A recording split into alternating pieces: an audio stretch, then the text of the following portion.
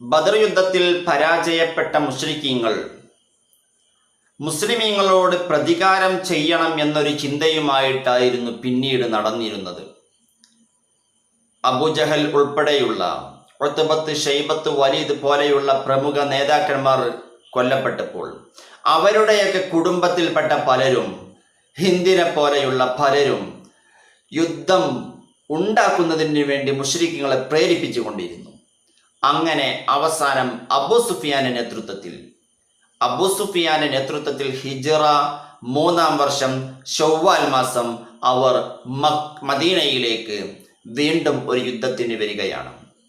അന്ന് 3000 യോദ്ധാക്കൾ. അപ്പോൾ ബദറിന്റെ പ്രതികാരം തീർക്കുന്നതിന് വേണ്ടിയാണ് അവർ വരുന്നത്.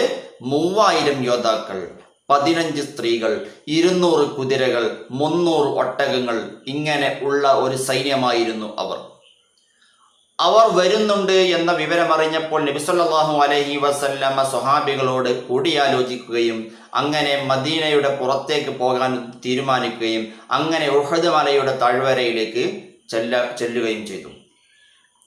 ഉഹദ് പർവ്വതത്തിന്റെ സമീപത്ത് വെച്ചായിരുന്നു ഈ യുദ്ധം നടന്നിരുന്നത്. മദീനയിൽ നിന്ന് പുറപ്പെടുമ്പോൾ 1000 പേരുള്ളൊരു സൈന്യമാണ് പുറപ്പെട്ടത്. പക്ഷേ വഴിയിൽ വെച്ചുകൊണ്ട് 300ഓളം പേർ മടങ്ങി. ആ മടങ്ങിയ ആളുകൾ കപട വിശ്വാസികളായിരുന്നു, മുനാഫിഖീങ്ങളായിരുന്നു. ഈ മുനാഫിഖീങ്ങൾ ഉണ്ടാകാനുള്ളൊരു കാരണം, നബി തങ്ങൾ മദീനയിലേക്ക് വരുന്ന സമയത്ത് മദീനയിലെ നേതാവാകേണ്ട ആളായിരുന്നു അബ്ദുല്ലാഹി ഇബ്നു സുലൂൽ എന്ന വ്യക്തി. ഈ അബ്ദുല്ലാഹി ഇബ്നു സുലൂൽ എന്ന വ്യക്തി നബി തങ്ങൾ വന്നപ്പോൾ നബിയെ അംഗീകരിക്കുകയും നബിയെ നേതാവായി സ്വീകരിക്കുകയും ചെയ്യേണ്ട ഒരു അവസ്ഥയിലേക്ക് എത്തി. കാരണം എന്താ? മദീനയിലുള്ള മുഴുവൻ ജനങ്ങൾ നബിയെ നേതാവായിട്ട് അംഗീകരിച്ചു. അപ്പോൾ ആ കൂട്ടത്തിൽ അബ്ദുല്ലാഹി ഇബ്നു സുലൂലും അങ്ങ് കൂടിക്കൊടുത്തു. പക്ഷേ മനസ്സുകൊണ്ട് അബ്ദുല്ലാഹി ഇബ്നു സുലൂലിന് ആ നേതൃത്വം നബിയെ അംഗീകരിക്കാൻ സാധിക്കുമായിരുന്നില്ല. അതുകൊണ്ട് തന്നെ അബ്ദുല്ലാഹി ഇബ്നു സുലൂലിനെ ചുറ്റിപ്പറ്റിയ കുറച്ചാളുകളും പുറമേക്ക് മുസ്ലിങ്ങളായി അഭിനയിക്കുകയും ഉള്ളിൽ ശത്രുക്കളുടെ കൂടെ നിൽക്കുകയും ചെയ്യുമായിരുന്നു. അവരാണ് ഇവിടെ മുനാഫിക്കീങ്ങൾ എന്നതുകൊണ്ട് ഉദ്ദേശിച്ചത്, കപട വിശ്വാസികൾ. അവർ എന്തു ചെയ്തു? വഴിയിൽ വെച്ചുകൊണ്ട് ഞങ്ങളെ കൊണ്ട് ആവില്ല എന്നും പറഞ്ഞുകൊണ്ട് അവർ മദീനയിലേക്ക് തന്നെ തിരിച്ചുപോയി. അപ്പോൾ ഉഹദ് യുദ്ധത്തിൽ പങ്കെടുത്ത മുസ്ലിമീങ്ങൾ 700.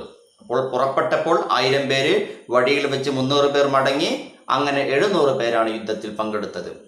ഉഹദ് പർവ്വതത്തിന്റെ സമീപത്തെത്തിയ സമയത്ത് നബി സല്ലല്ലാഹു അലൈഹി വസല്ലമ സൈന്യത്തെ ക്രമീകരിച്ച്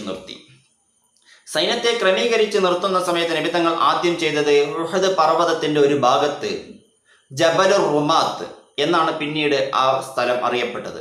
ജബലുർ റുമാത്ത് എന്ന ഭാഗത്ത് 50 അമ്പെയ്ത്തുകാരെ, അമ്പ് ചെയ്യാൻ നല്ല കഴിവുള്ള 50 പേരെ അവിടെ നിർത്തി. അത് എന്തിനു വേണ്ടിയായിരുന്നു? പിന്നിലൂടെ ശത്രുക്കൾ വരുന്നത് തടയുന്നതിന് വേണ്ടിയായിരുന്നു. അപ്പോൾ മലയുടെ പിന്നിലൂടെ വരുന്ന ശത്രുക്കളെ അമ്പെയ്ത് തടയുക എന്നൊരു ഉദ്ദേശത്തിലാണ് നബി തങ്ങൾ അവിടെ നിർത്തിയത്. അവരോട് നബി തങ്ങൾ ഒരു കാര്യം പറയുകയും ചെയ്തു, ഞാൻ വിളിക്കുന്നത് വരെ നിങ്ങൾ എന്ത് ചെയ്യരുത്? താഴോട്ട് ഇറങ്ങി വരരുത്. താഴെ എന്തു തന്നെ സംഭവിച്ചാലും ശരി, ഞങ്ങൾ മരണപ്പെട്ടാലും ശരി, വിജയിച്ചാലും ശരി, എന്ത് തന്നെ സംഭവിച്ചാലും ശരി, ഞാൻ നിങ്ങളെ വിളിക്കുന്നത് വരെ നിങ്ങൾ താഴോട്ട് ഇറങ്ങി വരരുത് എന്ന് അവിടെ നിർത്തിയ അമ്പെയ്ത്തുകാരോട് നബി തങ്ങൾ നിർദ്ദേശിച്ചു. അങ്ങനെ മുസ്ലിമീങ്ങളും ശത്രുക്കളും തമ്മിൽ പോരാട്ടം തുടങ്ങി.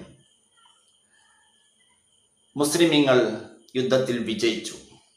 അങ്ങനെ യുദ്ധത്തിൽ വിജയിച്ചു. ശത്രുക്കൾ മുസ്ലിമീങ്ങളെ പേടിച്ച് യുദ്ധക്കളത്തിൽ നിന്ന് ഓടാൻ തുടങ്ങി. ഈ സമയത്ത് മുസ്ലിമീങ്ങൾ യുദ്ധക്കളത്തിൽ ശത്രുക്കൾ ഉപേക്ഷിച്ച് പോകുന്ന സ്വത്തുകൾ, അതിനാണ് ഗനീമത്ത് സ്വത്ത് എന്ന് പറയാം. ഗനീമത്ത് സ്വത്ത്, ശത്രുക്കൾ യുദ്ധക്കളത്തിൽ ഉപേക്ഷിച്ചിട്ട് പോകുന്ന സ്വത്തുകൾ. അത് അന്നത്തെ കാലഘട്ടത്തിലൊക്കെ യുദ്ധക്കളത്തിൽ അങ്ങനെ ഉപേക്ഷിച്ച് പോകുന്ന സ്വത്തുക്കളെ എതിർ സൈന്യം എടുക്കുക എന്നുള്ളതായിരുന്നു ഒരു രീതി. ആ രീതിയിൽ മുസ്ലിമീങ്ങൾ ആ ഗനീമത്ത് സ്വത്തുകൾ ശേഖരിക്കാൻ തുടങ്ങി. അങ്ങനെ ശേഖരിക്കാൻ തുടങ്ങിയ സമയത്ത് ഈ മലമുകളിലുള്ള അമ്പെയ്ത്തുകാരിൽ പലരും, അതാ നമ്മളെല്ലാം വിജയിച്ചിരിക്കുന്നു, ഇനി എന്തിന് നമ്മളിവിടെ നിൽക്കണം എന്ന് പറഞ്ഞുകൊണ്ട് ഒരുപാട് ആളുകൾ അവിടെ നിന്ന് ഇറങ്ങി. ആ ഇറങ്ങുന്ന സമയത്ത് അവരുടെ നേതാവ് അവരോട് പറയുന്നുണ്ട്, അമ്പെയ്ത്തുകാരിലെ നേതാവ് അവരോട് പറയുന്നുണ്ട്, ഒരിക്കലും നിങ്ങൾ ഇറങ്ങരുത്, ഇറങ്ങാനായിട്ടില്ല, നബി തങ്ങൾ വിളിച്ചിട്ടേ പോകാൻ പറ്റുകയുള്ളൂ എന്നൊക്കെ പറയുന്നുണ്ട്. പക്ഷെ അവരത് കേൾക്കാതെ താഴോട്ട് ഇറങ്ങി. ആ സമയം ശത്രുക്കൾ മുതലെടുത്തു.